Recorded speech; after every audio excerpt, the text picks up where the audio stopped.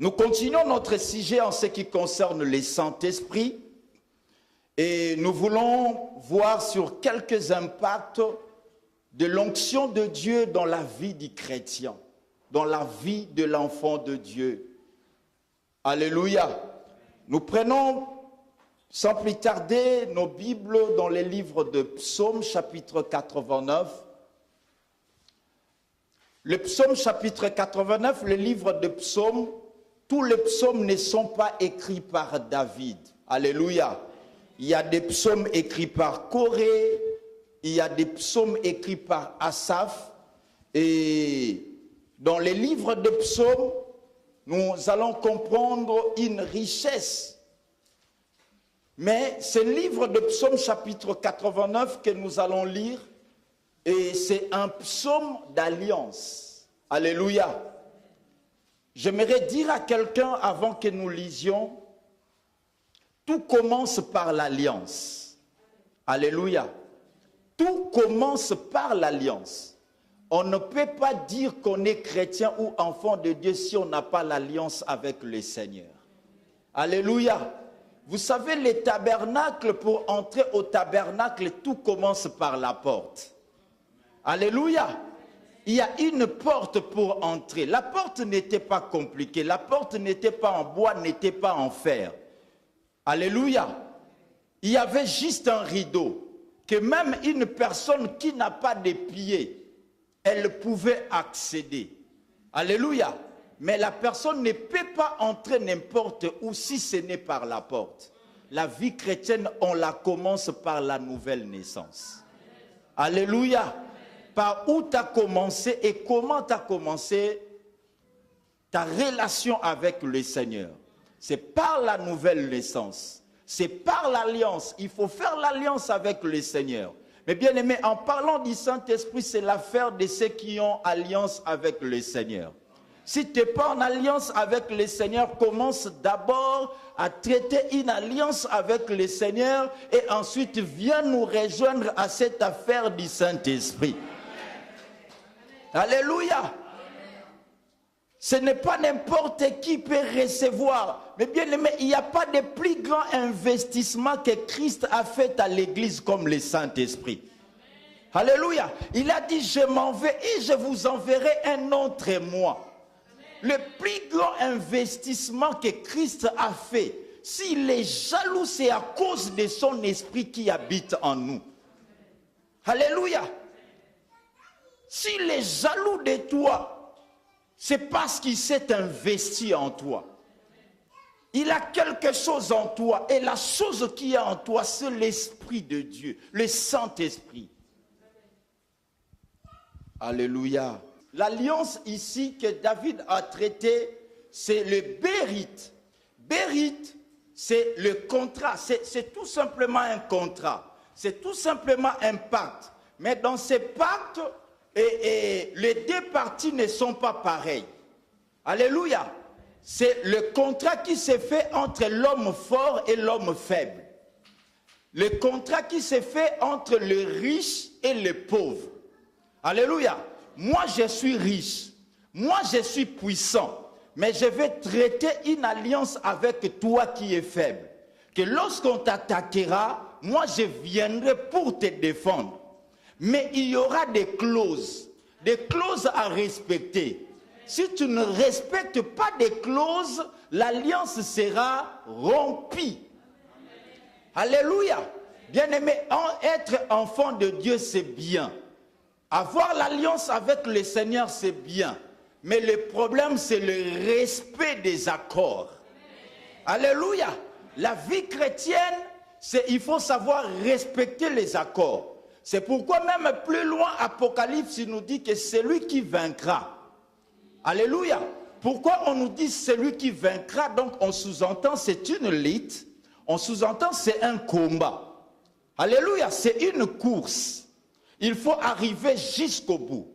Celui qui vaincra, il sera vêtu de blanc. Son nom sera quoi? Son nom restera dans les livres des... Dans quelle opération on utilise le mot rester? C'est dans la division ou dans l'addition? 1 plus 1, ça reste 2. Ça fait 2. 2 divisé par D, ça fait... Ça reste 1. 4 moins 1, ça fait 3. Ou ça reste 3?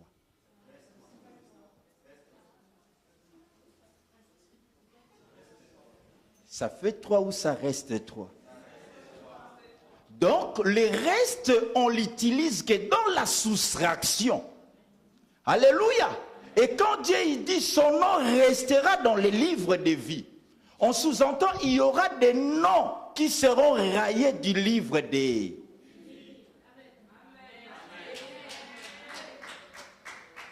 Le problème, ce n'est pas que ton nom soit écrit dans les livres de vie. Mais il faut se battre aussi afin que ton nom reste dans les livres de vie. Alléluia. C'est pourquoi la vie chrétienne, c'est une lutte qui, ma main le soutiendra. Alléluia. Soutenir le premier impact de l'onction de Dieu dans nos vies, dans ta vie. Tu dois aspirer l'onction de Dieu dans ta vie. Pourquoi? L'onction de Dieu, elle nous soutient. L'onction, c'est une capacité surnaturelle que Dieu met en nous. Alléluia. L'onction, les dons, c'est différent des fruits. Les fruits, c'est une capacité surnaturelle que Dieu met en nous pour être. Alléluia. Les fruits de l'esprit, c'est une capacité surnaturelle. Mais Dieu ne met pas ça pour faire, mais pour être. Pour refléter les caractéristiques de Christ en nous. Alléluia. C'est pourquoi l'Église, nous devons aspirer aux fruits de l'Esprit. Si tu veux être comme Christ, lis seulement les fruits de l'Esprit. C'est une capacité des capacités qui ne sont pas naturelles. Une capacité parce qu'il y a un seul fruit. Mais en elle, il y a plusieurs. Et bien aimé, dans l'onction, Dieu il dit, ma main le soutiendra. En parlant de la main, plus loin on nous dit mon bras. Après la main, on nous dira mon bras. Pourquoi Dieu ne dit pas seulement main, bras? Il dit ma main le soutiendra. La main qu'il parle, c'est Yad, qu'on appelle Yada. Yad, c'est la main. Yad, c'est le pouvoir. Yad, c'est la force. Que certaines personnes, lorsqu'ils prient, ils crient Yada. Alléluia. Ça fait aussi parmi des expressions hébraïques dans la louange. La main de l'Éternel. Alléluia. On crie Yada. C'est-à-dire, dans ma main, il y a la force, il y a la puissance, il y a le pouvoir. Il est sous mon pouvoir. Lorsqu'il est sous mon pouvoir, il est soutenu. Soutenu, c'est quoi? Alléluia. Partout dans cet édifice, tu verras, il y a des colonnes de soutènement. Alléluia. Ça empêche même les intempéries. Dieu, il sait que dans notre marche, dans ta vie chrétienne, dans la relation, dans le chemin que tu fais avec lui, il y aura des intempéries, il y aura des vents, il y aura des combats, il y aura des persécutions.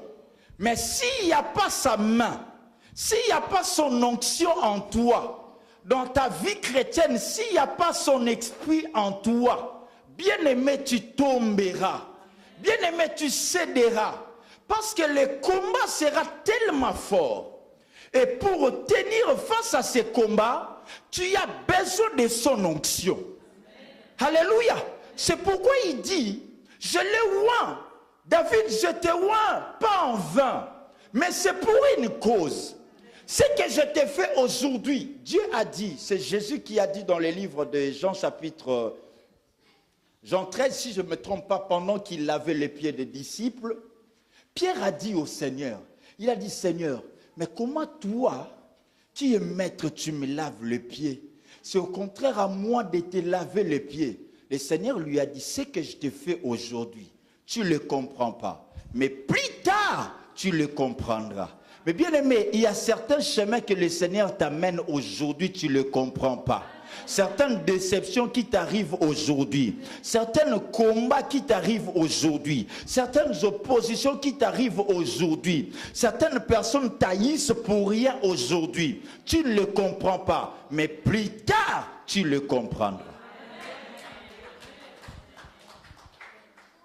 David, tu ne sais pas le pourquoi je vais d'abord. Je ne te donne pas d'abord la royauté, mais je veux d'abord mon huile sainte en toi.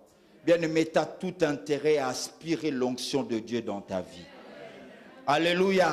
Tu ne peux jamais faire un pas sans l'Esprit de Dieu.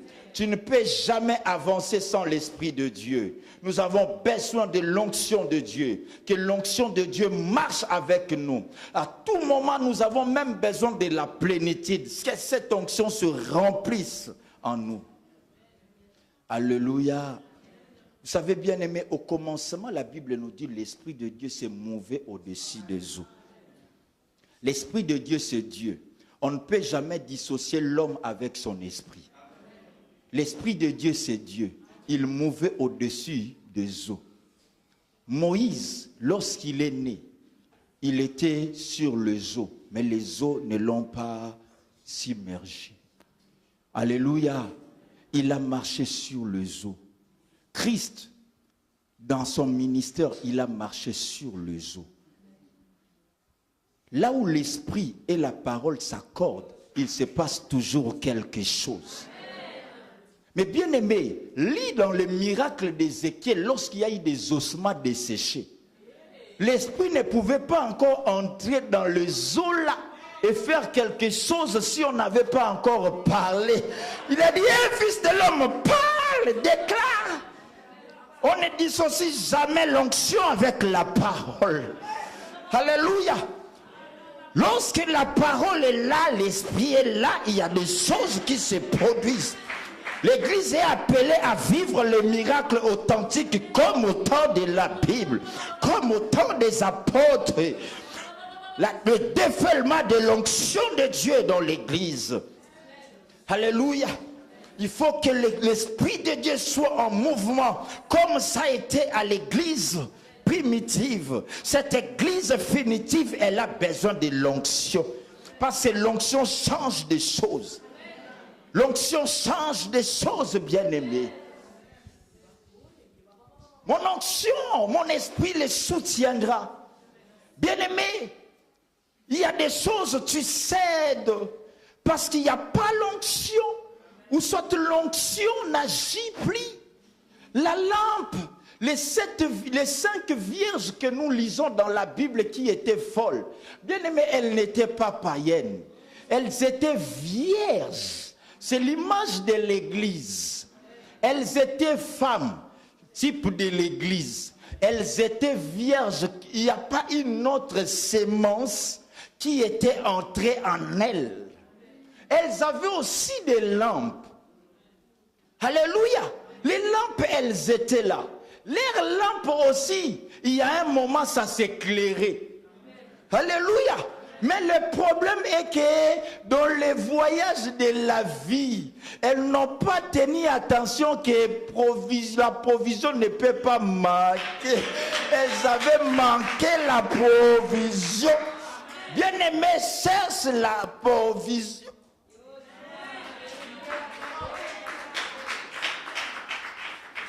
Cherche l'huile, bien-aimé.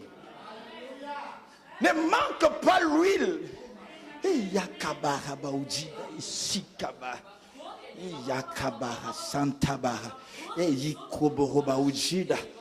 Alléluia.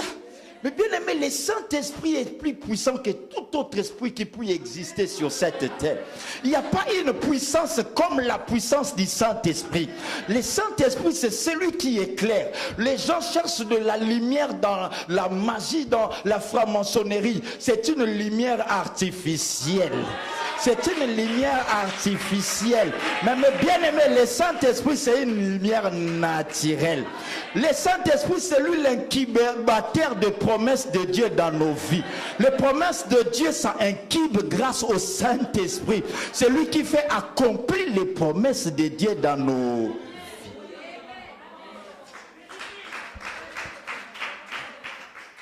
Aspire au Saint-Esprit. Mais bien aimé, il a fallu qu'Ézéchiel parle. Mais lorsqu'Ézéchiel a parlé, il y a le premier miracle qui s'est produit avant que l'Esprit vienne. La Bible nous dit les eaux s'assemblèrent, s'unirent. Bien aimé, sans l'unité, les miracles, l'onction de Dieu peut pas se produire. Il faut que tu sois attaché, soit à ton Père spirituel, pour que tu vives des choses. Yakabara. Les eaux s'unirent. Même Élie, avant qu'il se fasse miracle au Carmel, il a appelé le peuple à s'unir autour de lui. Nous devons chercher l'unité pour que quelque chose se fasse. Alléluia. Aspire. Aspire. Mais bien aimé, mais lorsque l'Esprit était venu, les eaux qui étaient desséchées, j'aimerais dire à quelqu'un qui est desséché, il ne voit plus de... Tout est noir. Il se trouve dans une situation chaotique. Il n'y a plus de chair, il n'y a plus de eau. Financièrement, il est séché. Matériellement, il est séché. Il est séché. Sur le plan professionnel, tu t'étends sans sécher. Mais bien aimé, j'aimerais te dire, j'aimerais t'apporter une bonne nouvelle. C'est le Saint-Esprit qui est le mobilisateur de toutes les ressources pour notre bonheur. Mais bien aimé, il y a les ressources de notre bonheur. Mais le Saint-Esprit qui est le mobilisateur de ces ressources pour notre bonheur. Pour ton bonheur, tu as besoin de l'argent. Le Saint-Esprit qui est le mobilisateur. Car il appelle à l'existence des choses qui n'existent pas. Alléluia. Alléluia. Dans des données spirituelles, il faut des résultats spirituels. Alléluia. C'est pas avec le physique que tu peux donner la solution aux choses qui sont spirituelles. Alléluia. Ma main le soutiendra. Ma main empêchera afin que tu puisses tomber. Alléluia. Mais bien aimé, le Seigneur ne te laissera jamais détruire. Le Seigneur ne te laissera jamais tomber. Il y a une personne comme Job que l'ennemi est venu tout détruire. Mais Dieu a restauré Job parce que son esprit était en Job. Alléluia. Alléluia. Ils peuvent détruire ton mariage, mais ce qui se fait réellement ta force, ils n'arriveront pas à les détruire. C'est l'Esprit de Dieu. C'est pourquoi il y aura une autre vie qui sortira en toi. C'est pourquoi il y aura la joie qui sortira en toi. C'est pourquoi il y aura l'élévation qui sortira en toi. C'est pourquoi il y aura le miracle qui sortira en toi. Mais bien aimé, Jésus-Christ était le Messie, le oint. Vous savez, bien aimé, la Bible nous dit, j'aime le livre des Corinthiens, lorsqu'il dit que si les princes de ce monde, ils connaissaient la sagesse infinie de Dieu, ils n'allaient pas crucifier Jésus. En les crucifiant, ils les levaient d'autant davantage. Vous savez que Jésus, il est le rejeton de David, vrai ou faux? Alléluia. Vous savez que Jésus, c'est le germe. Une germe ou la germe? Les germes ou la germe? La germe. Ah, merci. Jésus, c'est une germe. Alléluia. Jésus, c'est le rejeton de David. Bien-aimé, imagine-toi. Ils ont voulu tuer Jésus. Pour son cas, il faut le tuer. L'homme qui a l'onction. Mais bien-aimé, on cherche à te tuer à cause de ton onction. Mais il y aura un miracle qui sortira de toi. Vous savez, bien aimé, Jésus était une germe. Le rejeton de David, c'est lui. Un rejeton, on ne l'enterre pas, mais on la sème. On les sème. Si vous voulez savoir ce que je suis, moi, rejeton, semez-moi. Vous verrez, je produirai. Je ferai sortir des bourgeons. Il y aura des choses qui bourgeront à moi. Il y aura des vies qui sortiront à moi. Pourquoi? Parce que les gens ont voulu me s'aimer. C'est pas moi, c'est à cause des gens qui ont voulu me s'aimer. J'aimerais dire à quelqu'un, les gens ne savent pas que tu es une sémence. Ils cherchent à t'enterrer. Oh, toi, tu es inenterrable. Tu es une sémence. Il y a le bonheur qui sortira en toi. Il y a le miracle qui est appelé à sortir de toi. Parce que tu as une sémence de vie en toi. Tu as une sémence de bonheur en toi. Tu as une sémence de prospérité en toi. On ne peut jamais t'enterrer. Ils pensent t'enterrer, or ils te sèment. C'est une sémence sémée. Une sémence sémée. Je suis obligé à produire parce que vous m'avez déposé au bon endroit et au bon moment. Ce n'est pas la tombe, c'est une terre. Oh, moi je suis un rejeton. Je produirai d'arbres. Nous sommes les arbres que les Juifs qui ont enterré Jésus, maintenant voilà les arbres. Un arbre qui s'appelle Joël, un arbre qui s'appelle Hervé, un arbre qui s'appelle toi et moi. Alléluia. Bien-aimé, laisse les gens te combattre. Si tu as l'onction de Dieu, c'est pourquoi plus loin David dit, moi je ne mourrai pas, je vivrai. Je raconterai les bontés de l'Éternel. Quelles ont été les bontés de l'Éternel? L'huile qui a été sur moi ne cessera jamais. Je témoignerai les bontés de l'Éternel. Je deviendrai roi en Israël, malgré les combats. Vous savez dans quel contexte David il dit ce psaume de 121 et psaume 118 que je ne mourrai pas, je vivrai? Les combats étaient tellement atroces. Les gens sont venus dire à David, son entourage. Lis, c'est 1 roi chapitre, non, 2 rois chapitre 18. Quand il y a eu le problème de Tchislag, après David il fouillait Saoul. Saoul il cherchait tellement à les tuer. En partant, lorsqu'il est allé au désert d'Égypte, le fils de Saoul, Jonathan, est venu les rejoindre au maquis. Il a fortifié son cœur. Il a dit, David, ne baisse pas les bras. Tu ne mourras pas. Prends courage. Bien-aimé, David était au bout. David était au soir de sa vie. Et c'est dans ce chapitre, il dit, sûrement, je mourrai entre les mains de Saoul. J'aimerais dire à quelqu'un, ne conclue pas d'abord ta vie. Ne conclue pas encore ta vie, bien-aimé. Il y a un miracle qui t'attend. Il y a un miracle qui t'attend. Notre croisade, Christ en nous, l'espérance de la gloire. Ne conclue pas ta vie aujourd'hui parce que la semaine prochaine, il y a des choses. Il y a des choses qui t'ont réservé. En partant de ce soir, tu commenceras à vivre des choses. Bien-aimé, ils sont venus dire à David, David, quand Jonathan est parti, David, ils ont entouré, ils sont venus à Zila. Il a appris que l'armée de Saoul était entrée dans la ville. David a consulté le Seigneur. Il a dit, Seigneur, l'Éternel, est-ce Saoul, les gens de cette ville me livreront entre les mains de Saoul? Dieu lui a dit, oui, ils te livreront. Bien-aimé, la vie chrétienne, tu dois accepter le combat. Ne recule pas face au combat. Dieu se fera triompher derrière le combat. Derrière tes combats se cache la gloire de Dieu.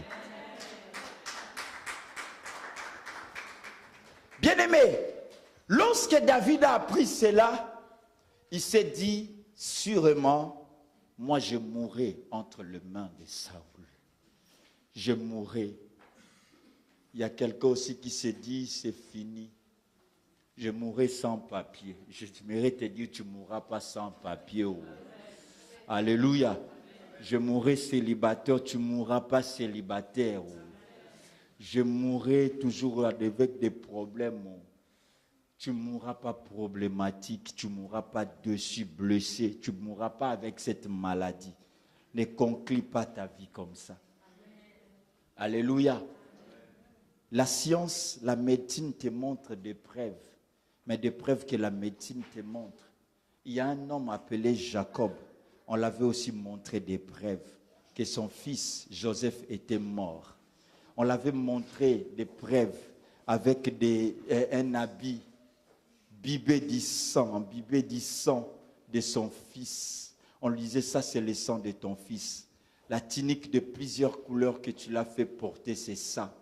Et avec une preuve, là, Jacob est entré en deuil. Il a dit, j'attends d'aller au séjour de mort rencontrer mon fils. Il a conclu sa vie avec des preuves qu'on l'avait apportées. Pendant que lui, il avait conclu sa vie, or Joseph, quelque part, il régnait. J'aimerais dire à quelqu'un, ton Joseph est quelque part. La chose qui te fait pleurer, là, bien-aimé, il y a un miracle quelque part. Ton miracle arrive bientôt. J'aimerais dire à un Jacob, ne pleure pas. Jacob, arrête ton deuil. J'aimerais dire à un frère, à une sœur, arrête ton deuil. Alléluia. Il y a une nouvelle quelque part qui t'est destinée. Après un temps, la même personne qui lui avait dit que Joseph était mort, la même personne lui vient de dire que papa, Joseph, il paraîtrait, il est vivant. Mais bien aimé, le même médecin qui t'a dit que ta situation, l'échec est fatal, tu retourneras auprès du même médecin. Il changera de langage. Il est temps que les barbares changent leurs propos. Il est temps que tes adversaires qui t'ont traité de n'importe quoi, bien aimé, ils changeront leurs propos. Car Christ en nous, c'est l'espérance. C'est l'espérance. Et vous parlez comme si c'était l'espérance du malheur. Oh. C'est l'espérance de... C'est l'espérance de... Allez, il devient encore froid. Il dit non, je n'aime pas écouter ces choses. Je n'ai pas écouté ces choses. Mais on lui dit, papa, tu verras une preuve. Lorsqu'on ramena les chars, bien aimé, j'aime Élise. Ah, on n'a pas le temps de parler cela. Quand Élisée voyait Élie monter, il criait, mon père, char d'Israël, avec sa cavalerie. Mais bien aimé, le Saint-Esprit, c'est un autre char. Alléluia. La Bible nous dit, lorsque Jacob vit le char qui entrèrent dans son palais, son esprit se ranima, son esprit revit, son esprit ressuscita. J'aimerais dire à quelqu'un, c'est le temps que le Seigneur veut ressusciter des choses dans nos vies, des choses dans nos destinées. Il est temps. Le Seigneur, il veut agir. J'aimerais dire à un Jacob, il est temps de voir les Joseph qui étant longtemps perdu. J'aimerais dire à quelqu'un, tu retrouveras, tu diras Eureka qui veut dire je l'ai retrouvé. J'aimerais dire à quelqu'un, le temps des retrouvailles arrive pour ta vie. Le temps des retrouvailles arrive. Il est temps de retrouver ton bonheur. Il est temps de retrouver ta santé. Il est temps de retrouver ton ministère. Il est temps de retrouver tes papiers. J'aimerais dire à quelqu'un, retrouve ce qui est à toi. Retrouve ce qui est à toi. Car le Saint-Esprit, c'est le mobilisateur de toutes les ressources de Dieu. Il est temps que tu retrouves. Le Seigneur a dit, je vous remplacerai tout ce que les sauterelles ont dévoré. J'aimerais dire à quelqu'un, il est temps. Ce que l'ennemi a dévoré dans ta santé, le Seigneur commence à remplacer passer. Le Seigneur commence à rétablir. Le Seigneur commence à restaurer. Le Seigneur commence à restaurer. Il est temps de vivre le miracle authentique dans ta vie, car le temps de miracle n'est pas encore passé.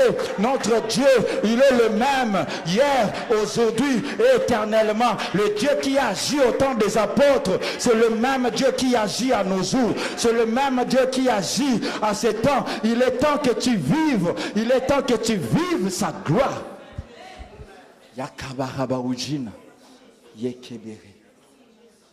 Ouais, c'est 1 Samuel chapitre 23 verset 26.